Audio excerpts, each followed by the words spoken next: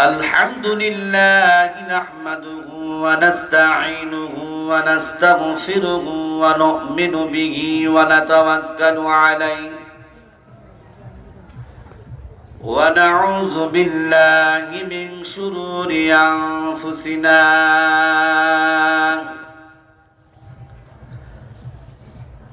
ومن سيئات أعمالنا من يهده الله فلا مضل له ومن يضلله فلا هادي له ونشهد أن لا إله إلا الله وحده لا شريك له لا ضد له ولا ند له ولا مثل له ونشهد أن سيدنا وسندنا وحبيبنا وحبيب ربنا وطبيب قلوبنا ومولانا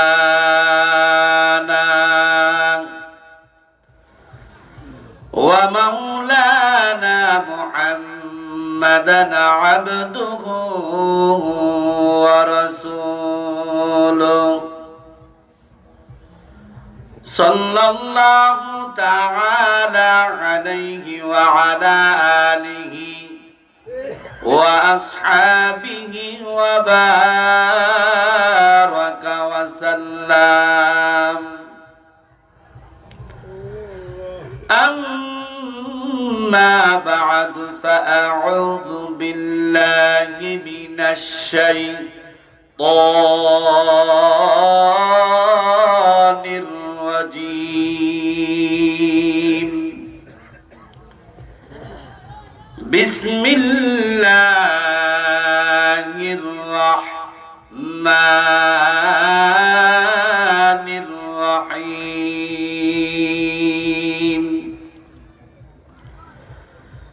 يا أيها الذين آمنوا اتقوا الله وكونوا مع الصادقين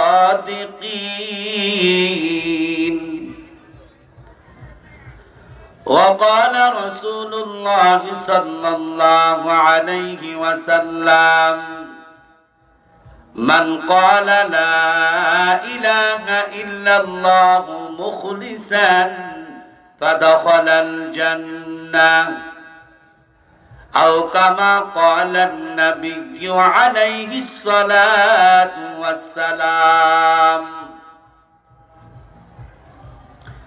صدق الله مولانا العظيم وصدق رسوله النبي الكريم ونحن على ذلك لمن الشاهدين والشاكرين والذاكرين والحمد لله رب العالمين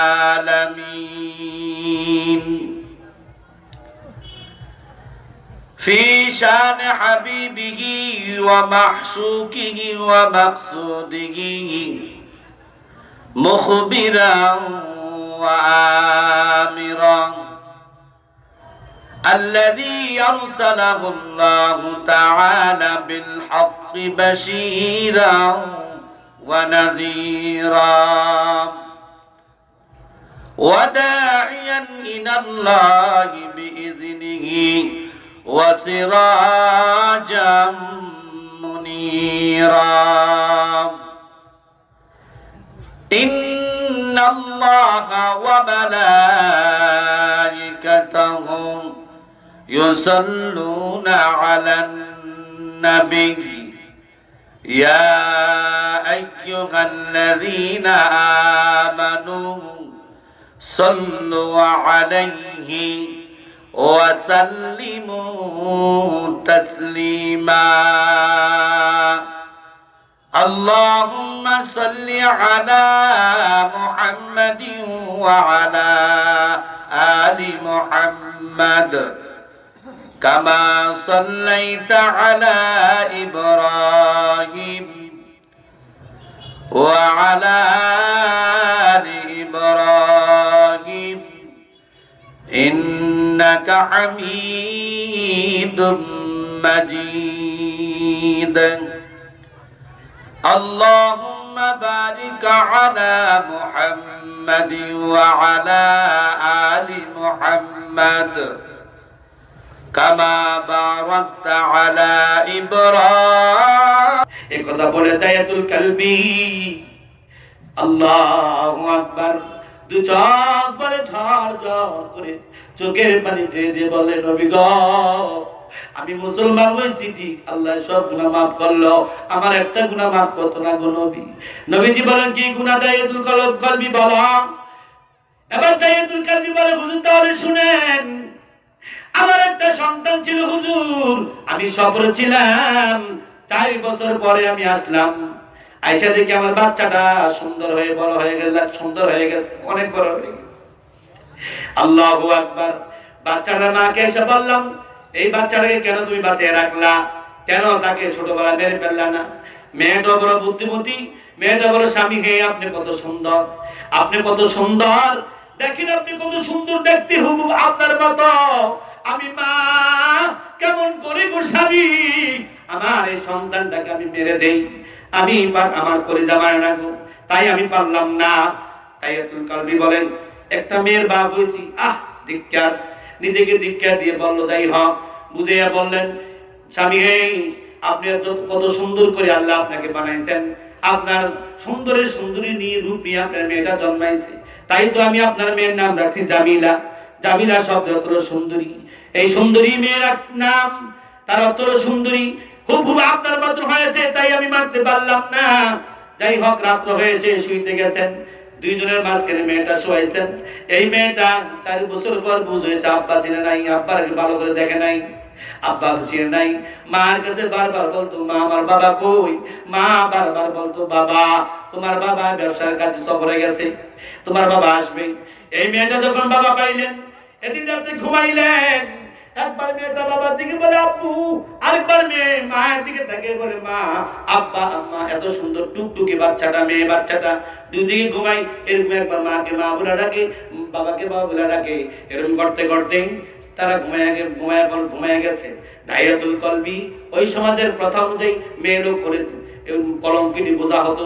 guardian ওই বাবা তাই তার মনে একটা হিংসা জাগছে বিবির কাছে মানে একটা সিদ্ধান্ত নিলেন কি সকাল হোক আমার মেয়েটাকে আমি জীবিত দাপন করে দিব জোরে বলেন নাউজুবিল্লাহ যেই কল্পনা সেই কাজ সকাল সূর্য উদয় হয় স্ত্রীকে দায়াতুল কালবি ডাইকা বলে স্ত্রী হে আমার মেয়েকে তুমি ভালো করে গোসল দিয়ে খাওয়ায় দাও আমি আমার মেয়েকে নিয়ে বেড়াইতে যাব খাইয়ে দিলেন বেড়ানোর কথা বলে নিয়ে মেয়েকে মা স্বামীর কথা শোনা দেরি করে নাই ভালো করে গোসল দিলেন সুন্দর কাপড় পরালেন খাবার তুলে দিলেন জনের মতন বিদায় দিলেন দায়াতুল কালবি এত সুন্দর মেয়েকে নিয়ে ওই পূর্বে রাতের কল্পনা অনুযায়ী তাকে খাদাইয়া অর্থাৎ জীবিত মেরে ফেলবে গর্ত করে নিতে পাহাড়ের দূরে অদূরে পাহাড়ের পাদদেশে চলে গেছে আল্লাহু আকবার কিতাবে সাক্ষী দেয় দায়াতুল কালবি ওই পাহাড়ের পাদদেশে গিয়ে গর্ত শুরু করতে লাগলেন গর্তে করতে সময় তার দাড়িগুলো ছিল লম্বা বালুগুলো দাড়ির মধ্যে লাগতেছে পাথরের কোণাগুলো লাগতেছে মেয়েটা দাঁড়িয়ে দাঁড়িয়ে দাড়িগুলো ছাড়তেছে বাবা গো ও বাবা কার জন্য গর্ত করো বাবা এই গর্তের মধ্যে কি কার জন্য গর্ত করো গো বাবা এটা কিসের গর্ত বাবা দায়াতুল কালবি কোনো মায়া লাগে না দয়া লাগে না টুকটুকি মেয়ে বাচ্চা বাবাকে বলতেছে একটু বলে যাও যাও দূরে গিয়ে খেলা করো কিছুক্ষণ পরে তুমি বুঝতে পারবা দায়াতুল কালবি মেয়ের কথা শুনে নাই মেয়েকে দূরে দিয়ে খেলার জন্য বলছে মেয়ে দূরে খেলা করতেছে এদিকে দায়াতুল কালবি নির্দয়া পিতা নিষ্ঠুরী পিতা মেয়েকে জীবিত মারি দেওয়ার জন্য গর্ত করতে লাগলেন করতে অনেক গভীর করে ফেললেন গর্ত করা শেষ গর্ত থেকে উঠে বাবা, এত বড় নিষ্ঠুর বাবা, ডাক দিয়ে বলে গো জামিলা, মা আমার আয় আয় আয়, দেখে দেখো মা, ওই গর্তের মধ্যে কি যেন একটা ফাঁকি দিলেন বাবা, নির্দয় নিষ্ঠুর বাবা ফাঁকি দিলেন। মেয়েটা নিষ্পাপ মেয়ে মানুষ, বাবা ডাক দিছে, আদরের কলিজার টুকরা বাবা, ডাকে সারা দিন দেরি করে নাই, দৌড়ে হাজির হয়েছে। বাবা কই কই, আব্বু কোথায়? কই গর্তের মধ্যে তো কিছু দেখি না। কই দেখ বাবা, দেখ ইয়া রাসূলুল্লাহ, আমার মেয়েটা ভালো করে এরকম মাথার নকুন একটু নত করেছে, আমি বাবা হয় নিষ্ঠুরের পরিচয় দিয়ে পিছন দিক থেকে ধাক্কা দিয়া আমার এই মেয়েটাকে আমি গর্তের মধ্যে ফেলাই দেই। নাউজুবিল্লাহ। ইয়া রাসূলুল্লাহ, আমার মেয়েটার আত্মনার আমি আদর্শকে ভাই, আমার মেয়ের গর্তে পড়তে নেই, একটা ডাক দিলে বাবা, কেমন করে গো আমাকে করতে পারাইয়া দিলা? ও বাবা, আমাকে কেন করতে পারাইলা আমি তো বুঝি না। ও বাবা, এই গর্ত থেকে আমাকে উঠাও। নির্দয়াময় নিষ্ঠুর বাবা তার কথা তো শুনেই নাই, বরং কলিজার মধ্যে পাথর বাইন্দা পাষণ্ডের পরিচয় দিয়া পাথর আর বালু পালাইতেছে। আবার মেয়েটা দুইটা হাত ধরে ডাকতে দেবো, বাবা 4টা বছর আমি তুমি কিরকম তোমাকে দেখার জন্য পাগল ছিলাম গো বাবা। কই আমি আমার মাকে বলছি যে মা, আমার বাবা কই? আজকে আমি আমার বাবাকে দেখি না, আমি তোমাকে দেখার জন্য কলিজাটা ছটফট করেছি বাবা। আজকে আমি জানতাম না, আজকে বাবা বুঝি তুমি আজরাইল হইয়া আমার সঙ্গে আসছো বাবা। আমি যদি জানতাম বাবা, তাহলে আজকে তোমার সাথে আসতাম না রে বাবা। ও বাবা, আমাকে মাইরো না, আমাকে বাঁচাও। ও বাবা, যদি আমি তোমার ঘরে জন্ম নেওয়ার কারণে তোমার সমাজে কলঙ্কিনী হয়, বাবা দেশে দেশে ভিক্ষা করে খামু, তারপরে তুমি আমাকে জানে মাইরো না। ও বাবা, আমাকে তুমি মাইরো না, মাইরো না। আল্লাহু আকবার বলেন না। ছোট বাচ্চাটা কান্না করে নির্দয়াময় ও দাইয়াতুল কালবির মনে একটু দয়া লাগলো না, মাটি চাপা দিতেছে। বাচ্চাটা আবার বলতেছে, ও বাবা, তোমাকে বাবা পরিচয় দেব না, আমাকে তুমি মাইরো না।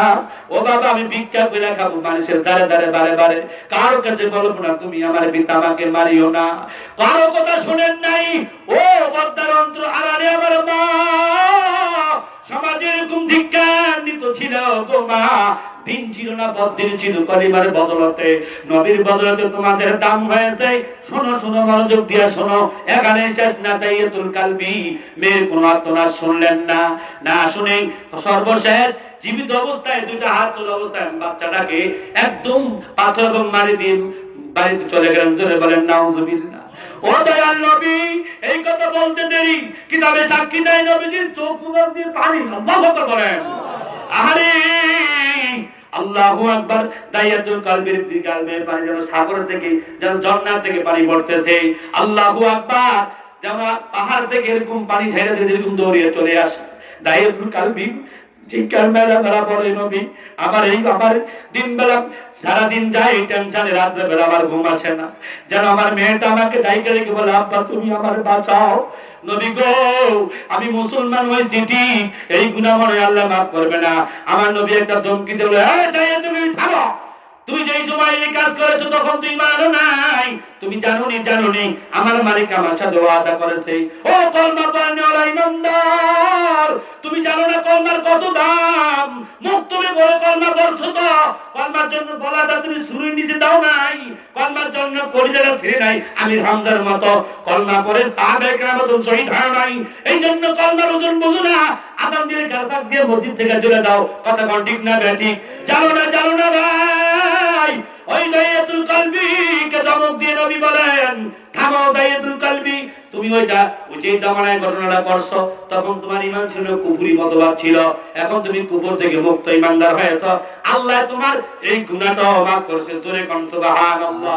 নারে তাকবীর, আরো জোরে বলেন নারে তাকবীর।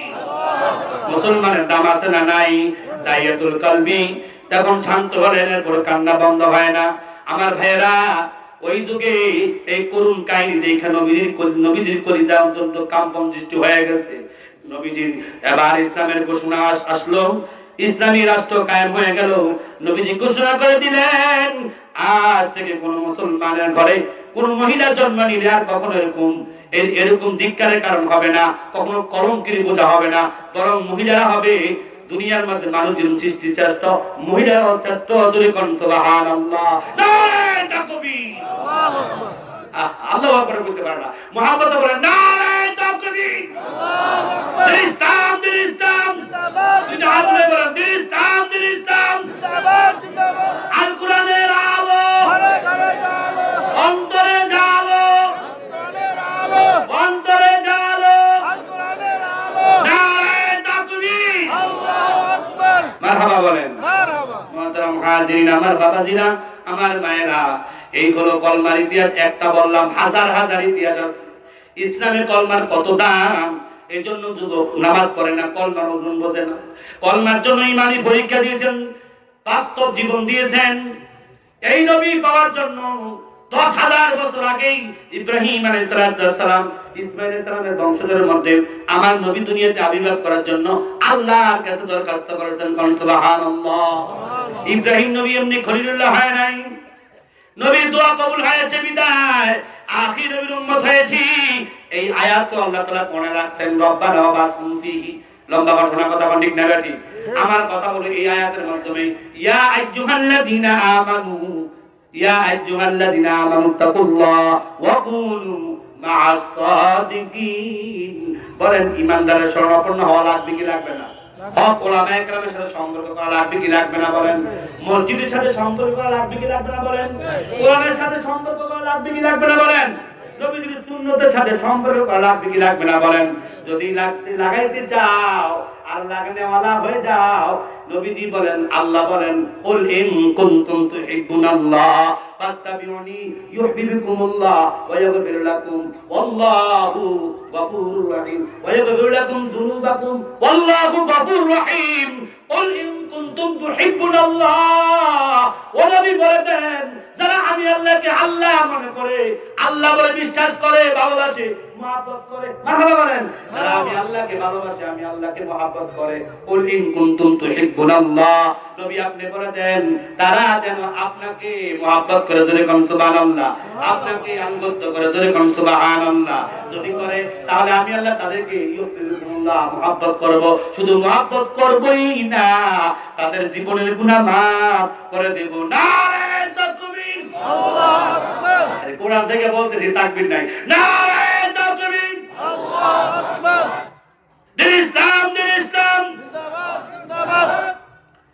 কন্যা মারহাবা, মারহাবা। মুহতারাম হাজিরিন, আরো বড় মজার ঘটনা আছে, আরো দামি ঘটনা আছে, একটু শুনেন। আল্লাহ তাআলা বলেন, শুধু তাই না, নবীজি এবার ব্যাখ্যা দিলেন, সাহাবায়ে কেরাম কত সরল ছিলেন। ইয়া রাসূলুল্লাহ, আল্লাহ তাআলা বলছে, যারা আমরা যারা আল্লাহকে ভালোবাসি, আল্লাহকে বিশ্বাস করি, ইমানদার, আল্লাহ তাআলা বলছে আপনাকে আনুগত্য করার জন্য, নবী আনুগত্য করার জন্য আমরা আমাদের ছেলে মেয়ে দিয়ে দিয়েছি, স্ত্রী বাচ্চা বিদায় করে দিয়েছি। নবী মা ছাড়ছি, বাপ ছাড়ছি, মক্কা ছাইরা নবী গো মদিনায় আপনার সাথে আছি। সুবহানাল্লাহ বলেন না? এরপর আল্লাহ কি চায়? নবীজি বলেন, এরপরে আল্লাহ তাআলা বুঝাইতে চায়, মান আহাব্বা সুন্নতি ফাকাদ আহাব্বানি ওয়া মান আহাব্বানি কানা মাই ফিল জান্নাত। সুবহানাল্লাহ। নবীজি কয়, আমাকে আনুগত্য করা মানে হলো আমি নবীর সুন্নতের ইত্তেবা করা, সুন্নতের অনুকরণ করা। জোরে কোন না সুবহানাল্লাহ। বলেন দাড়ি রাখা কি সুন্নাত? রাখবেন নি সবাই দাড়ি? বাদান দাড়ি রাখবেন নি? বলেন যারা দাড়ি রাখা উঠার পরে দাড়ি কাটতে লায়, আর এটার একটা মাপকাঠি সর্বশেষ মাসালা ক্রমে এক মুষ্টি এভাবে, এরপরে আগ পর্যন্ত যারা কাটতে লায় তারা সাসার মতন সমান। আমি আজকে বলে দেই, আপনারা মনোযোগ দিয়ে শুনেন, যারা দাড়ি কাটেন তারা হলো ফাসিক, আর ফাসিকের দোয়া কবুল হয় না। জোরে কোন নাউযুবিল্লাহ। দাড়ি যদি বড় হয়, যদি যত্ন সহকারে রাখতে পারেন ভালো, তবে যদি যাদের অনেক ঘন, অনেক সমস্যা হতে মাপকাঠি দিয়েন, তারা সাত দাড়ি টান দিয়ে ধরবেন, এইগুলো আগাইলে কেন কাটবেন, এই দিক দিয়ে টান দিয়ে এমনি কাটবেন, এভাবে টান দিয়ে কেন কাটবেন, তারপর দাড়ি লম্বা করে রাখবেন। এরপর যদি ছোট করে রাখেন, দাড়ি রাখবেন ঠিক সাতার মতনে, গুনাহ জোরে কোন নাউযুবিল্লাহ। এর বাইরে লম্বা করে সওয়াব অসুবিধা নাই, এর কমে রাখলে আবার গুনাহ, কথা কোন ঠিক না বেঠিক?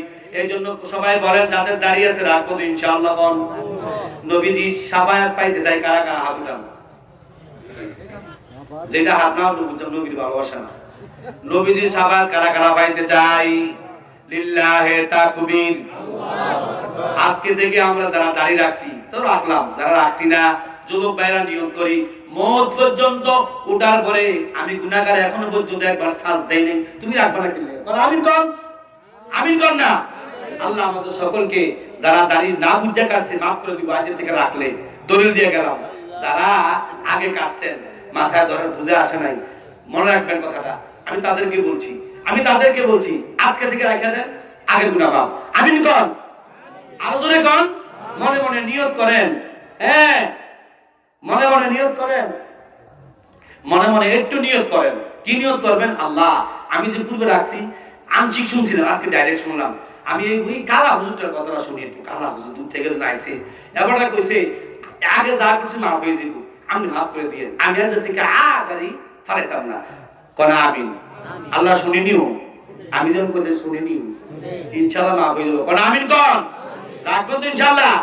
একটা কথা বললাম, তিনটা কথা বললাম। শুরুতে এক নাম্বার বলছিলাম সালাম দেওয়া, দুই নম্বর কথা বলছিলাম বুঝুক হোক আর না বুঝুক আলহামদুলিল্লাহ বলা, তিন নম্বরে বলছিলাম দৈনিক 300 হাওলা বলা। ঠিক আছে কিনা? এবার আমি আপনার একটা সবক দেই, এইগুলো আমার শেষ সবক। নবীজির সাহাবা পাইতে হলে আপনারা বেশি বেশি দুরূদ শরীফ পড়বেন। রাজি আছেন নি সবাই? কারা কারা রাজি আছেন? নারে তাকবীর, আল্লাহু আকবার। আপনারা কি রাগ হয়ে গেছে? আমার প্রতি রাগ হইছে? খারাপ লাগে? তাহলে আমি একটু কষ্ট দিয়ে কি জোরে একটা তাকবীর হবে ইনশাআল্লাহ, আল্লাহ খুশি হবেন, শয়তান বেজার হবেন। যারা এখন উঠে যান তো শয়তান আপনার ভর ধরবো, বলে দিলাম আমি, সাবধান। শয়তানের যাতে লগে না যেতে এটা একটু ওষুধ দিতেছি। সবাই জোরে বলবেন নারে তাকবীর, আল্লাহু আকবার। দুই হাত উঠে দেখান, আল্লাহ তাআলা দেখতেছে। ছবি তোলো, দুনিয়ার কি ছবি টবি আছে, দামি ছবি দিয়ে ক্যামেরা করতেছে। নারে তাকবীর, আল্লাহু আকবার। আজকের মাহফিল সফল হোক, সফল হোক আজকের মাহফিল। এই এলাকার পক্ষ থেকে লাল গোলাপ শুভেচ্ছা বলেন, এই এলাকার পক্ষ থেকে লাল গোলাপের শুভেচ্ছা। সকল কবরবাসীকে আল্লাহ তাআলা আরামের ব্যবস্থা করেন, কোন আমিন। বাজান এতক্ষণ পর্যন্ত আমরা সবক দিলাম, এবার একটু কবর সবক নিয়ে যাই। এই কবর আমাদের আখেরের ঠিকানা, কথা কোন ঠিক না বেঠিক? আখিরাতের প্রথম মন্দিরের নাম হলো কবরস্থান। আহারে ঘরের মধ্যে কান্দনের ব্যবস্থার প্রথম মাত্রা হলো মরণ। মানুষের সমস্যা একটাই হলো মরণ। আমরা মানুষের সমস্যা নেই, ঠিক না বেঠিক? মানুষের সমস্যা নেই মরণ ছাড়া। আমরা মানুষের সব কিছু করতে পারে, শুধু একটা পারে না, এটাতে বাঁচতে পারে না, ঠিক নেই? এই মরণ বড় ডেঞ্জারাস জিনিস। কুল্লু নাফসিন যায়িকাতুল মাউত। আল্লাহর হুকুমে যারা জীবন ধারণ করেছ, মৃত্যুর স্বাদ তোমাকে গ্রহণ করতে হবে। তবে মৃত্যুবরণ করার আগে দুইটা কাজ করবা, মরণ তোমার জন্য সহজ হয়ে যাবে। নাম্বার 1 ঈমান আনার পর, এক নাম্বার তুমি ঈমান আনবা, দুই নাম্বার হলো আমলে সালেহ, নেক আমল করবা। মুফাসসিরিনে কেরাম বলেন নেক আমলের সমষ্টিগত কি? বলে ঈমান আনার পরে ইসলামে আল্লাহ তাআলার ফরজ হুকুম, আল্লাহ তাআলার ওয়াজিব হুকুম, আল্লাহ তাআলার ওয়াজিব হুকুম, সুন্নতে ওয়াকাদা, সুন্নতে জায়েদা, মুবাহ, সুন্নতে মুবাহ সহ, ওয়াজিব নফল সকল সুন্নত আমল সহ যতটুকু নেক আমল হিসাবে কোরআন হাদিস অনুযায়ী গণ্য, এতটুকু সমস্ত কাজকে সমষ্টিগত এক কথায় বলে আমলে চলে। কথা ঠিক না বেঠিক? নেক আমল করা, নেক আমল শুধু নামাজের নাম না। নামাজ পড়লেই জান্নাতে যাইতে পারবা না, রোজা রাখলেই জান্নাতে যাইতে পারবা না, আবার নামাজ ছাড়াও জান্নাতে যাইতে পারবা না, রোজা ছাড়াও যাইতে পারবা না। বুঝার কথা। কারণ হচ্ছে আমাকে বুঝতে হবে আগে আমলে চলে বলতে কি, একটা লোক নামাজ পড়ে, তার নামাজ পড়লে তার জীবনের বাকি কাজগুলো সুন্দর হয়ে যাওয়ার কথা, কিন্তু নামাজটা ওইভাবে হয় না। নবীজি বলছেন হাক্কুস সালাতি বি হাকাহাকিহি সাল্লু কামা রাআইতুমুনি উসাল্লি। নবীজি যেভাবে নামাজ পড়ছেন আমরা এইভাবে নামাজ শিখি নাই। নবীজি বলছেন নামাজের হক অনুযায়ী নামাজ আদায় করো, হাক্কুস সালাতি বি হাকাহাকিহি। নামাজের হক আমরা বুঝি নাই, কালিমার হক অনুযায়ী কালিমা পড়ি নাই, ঈমানের হক অনুযায়ী ঈমান অন্তর ঢুকাই নাই, নামাজের হক অনুযায়ী নামাজের হেফাজত করি নাই, রোজার হক অনুযায়ী রোজা মানি নাই, যাকাতের হক অনুযায়ী যাকাত আমি দেই নাই। কথা কোন? হজের হক অনুযায়ী হজ আমি পালন করি নাই, তাহলে বোঝা গেল সমষ্টিগত নামাজ পড়াটা কি বলে ইমানের বড় গুরুত্বপূর্ণ স্থান। তো নামাজ পড়েও তো জান্নাতি পরিপূর্ণ হলাম না, নামাজ দিয়েও পরিপূর্ণ হলাম না। বলে নামাজ পড়ে ঠিক, সূর্য ঠিক, নামাজ পড়ে ঠিক, অপকর্মগুলোও ঠিক। তবে বোঝা গেল এই নামাজটা তার হাক্কুস সালাতি বিহাকাকি সাল্লু কামা রাআইতুমুনি মুসাল্লি, নবীজি যেমনি সাহাবায়ে শিক্ষা দিতেন এইভাবে নামাজটা হয় নাই। নামাজ এবং বান্দার মাঝখানে কোনো ফাঁক নাই। আল্লাহ বলেন পৃথিবীর কোন নবীর কাছে আমি এত নিকটে যাই নাই। মুসা নবীর কাছে ৭০,০০০ পর্দা বেদ করে আমি মুসা নবীর কথা বলতাম। ৭০,০০০ বছর রাস্তা দূর থেকে মুসা নবীর কথা ধরে আল্লাহ তোমার ধরে নিয়েছি। কথা কন ঠিক না ঠিক? আল্লাহ কয় না মুসা পাগলামি করিস না। কথা কন ঠিক না ঠিক? আল্লাহ বলেন নবী হে টেনশন করেন না, একটা জামানায় আপনিও থাকবেন না, আপনার সাহাবীরা থাকবে না, কিন্তু আপনার রেখে দেওয়া ইসলাম দায়িত্ব যারা পালন করবে, যারা এই দিন ইসলাম গ্রহণ করবে তাদের সাথে আমি আল্লাহ ডাইরেক্ট দেখাতে ডাইরেক্ট কথা কয়, মাঝখানে কোনো পর্দা থাকবে না। নারায়ে তাকবীর, আল্লাহু আকবার। যখন নামাজ পড়ে আল্লাহর মাঝখানে পর্দা নাই। কথা বল ঠিক না ঠিক? আজকে আমি নামাজ পড়ি, আমার ভাই আমার বউ কি করে নামাজ ধরে হিসাব করতেছে, দোয়ানের হিসাব করতেছে। কথা কন সদর হসপিটালে কি করছে এটা হিসাব করতেছে নামাজ ধরে। বলেন নামাজ হক নষ্ট হয়েছে নি? এই জন্য বাজান এগুলো বুঝার জন্য আমাকে এলেম লাগবে। একটা মাদ্রাসায় আমার আছে না নাই?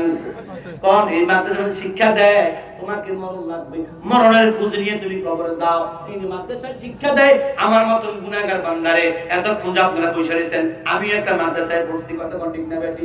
এই জন্য কিয়ামত পর্যন্ত মসজিদ মাদ্রাসা লুটিকে থাক। আমরা সবাই চাই কি চাই না? জবাব করে বলেন, বুঝাবেন, কথা বলেন। আজকে দুনিয়ার মাধ্যমে শুরু থেকেই হয়েছে ষড়যন্ত্র ইসলামের। এক শ্রেণী মানুষ আজ পর্যন্ত ষড়যন্ত্র করে যাচ্ছে কিন্তু ইসলামের বিরুদ্ধে ইমান ক্ষতি করতে পারে নাই। কথা বলেন ঠিক না ঠিক? এখনো যদি মুসলমান কোরআন এবং রাসূলের সুন্নাত আঁকড়ে ধরে কিয়ামত পর্যন্ত ইসলামের বিরুদ্ধে কোনো ক্ষতি করতে পারবে না। কথা বলেন ঠিক না ঠিক? এজন্য মুসলমানকে সত্যার হতে হবে, জাগ্রত হতে হবে, ঈমানকে মজবুত করতে হবে। কথা বলেন ঠিক না ঠিক? সাবধান সাবধান, ঈমানের বলে মোরা বলিয়ান, ঈমানের যোগ্যতা নিয়ে আমরা কবরের দিকে আগাইতে হবে। এজন্য কবরস্থানটা সুন্দর হয়। কবরস্থানের যদি জায়গা দেওয়া দরকার, মসজিদের কাজ হলে আগে আসবে কে বলেন? এত সুন্দর মসজিদ দেখে আসছি, এই গ্রামের বাসী তো দিয়েছে। কথা ঠিক নেবে। এই যে কবরস্থানটা করছেন আপনারা তো দিয়েছেন। এই যদি এখানে আসতে হয়, তোমার দাদা, তোমার মা, তোমার কাকা, তোমার জ্যাঠা, তোমার ভাই, তোমার বোন, তোমার মা, তোমার দাদু নানু, পাড়া প্রতিবেশী ঘুমাইতেছেন। কথা ঠিক নেবে ঠিক? এই কবরস্থানটা একটু মেরামত করা দরকার, সচ্ছার করা দরকার, প্রয়োজনে বড় করা দরকার। করতে হলে লাগবে তিনটা জিনিস। দুনিয়াতে যদি কেউ আল্লাহ হতে চাও, তিনটা জিনিস তুমি দুনিয়াতে লাগাও। এক নম্বর হলো অর্থ, দুই নম্বর হলো সময়, তিন নম্বর হলো কষ্ট। বলেন অর্থ, সময়, কষ্ট মানে পরিশ্রম। মনে করো তিনটা সমন্বয়ে যদি মেহনত করে দুনিয়ার জন্য, আংশিক দুনিয়া ফায়দা হবে। আর এই মেহনতটা যদি হিকমত করে নবীর সুন্নতে করে, দুনিয়া ফাল থেকে আখিরাত মজবুত। জোরে কোন সুবহানাল্লাহ। দুনিয়াতে টাকার মালিক কি? আল্লাহ। জোরে কোন আল্লাহ। আল্লাহ মালিক না? আল্লাযীনা ইউমিনুনা বিল গায়ব ওয়া ইউকিমুনাস সালাতা ওয়া মিম্মা রাযাকনাহুম ইউনফিকুন। বলেন টাকা পয়সার মালিক কে? আল্লাহ। কে দিয়েছেন? আল্লাহ। আমাকে ভোগে দাঁড়াইছে কে? আল্লাহ। আমাকে বাদশা বানাইলো কে? আল্লাহ। আমাকে আল্লাহওয়ালা বানাইলো কে? একটু গুরুত্ব দিয়ে তাকান বাজান, একজন উঠা বসা করবেন না। যদি আপনি মরতে হয় একমাত্র আল্লাহকে ভালোবাসেন, টাকা পয়সা না দেন, চুপ করে বসে থাকেন, শুধু শুনেন, একটু মাত্রা নিচের দিকে তাকিয়ে চান রে কবর। যে মা বাবা আমাকে সম্পদ দিয়ে রেখে গেল, এত সুন্দর করে দলান কোঠার মালিক বানাইয়া দিয়ে গেল, কই বাবাকে মৃত্যুর পরে পরে একবার এত বাউন্ডারির ভিতরে রাখার জন্য প্রস্তুত হইলাম না? একবারের জন্য বাবার পাশে রুমে রাইখা বাবাকে জড়িয়ে ধরে ঘুমাইবার জন্য তো সাহস করলাম না। আমার বাবা কি, আপনার বাবা কি আপনার জন্য মাথার গাম পায়ে ফেলাইয়া, নিজের পেটে না দিয়া, নিজের গায়ে না কইরা আপনাকে আমাকে পড়ান নাই? অবশ্যই পড়াইছেন। এমন মা বাবা কবরে শোয়াইয়া তুমি আরামে ঘুমাইতে পারো না, তারা তোমাকে মেসেজ দিয়েছে প্রস্তুত হও, এই জায়গায় হলো তোমার ঠিকানা। কথা কোন ঠিক না বেটি? এই যুবক ভাই ও আমার মুরব্বি বাবা, উঠবেন না, শুনেন। এই এত সুন্দর করে মাহফিল সাজাইছেন, যদিও শীতের মহড়া দিয়ে আসছেন, সাক্ষী হয়ে যাক, প্রাণ ভরে দোয়া করে যাও ইনশাআল্লাহ। মুসাফিরের দোয়া কবুল হয়, হাদিসের মধ্যে আসছে। এখানে অনেক আল্লাহওয়ালা দেখা যাইতেছে। আয় আল্লাহ, মেহেরবানি করে আমাদেরকে কবুল করে নেন, কোন আমিন। আমি কয়েকজন ভাইকে চায়া এই কবরস্থানের জন্য যেই টাকা আল্লাহ দিয়েছেন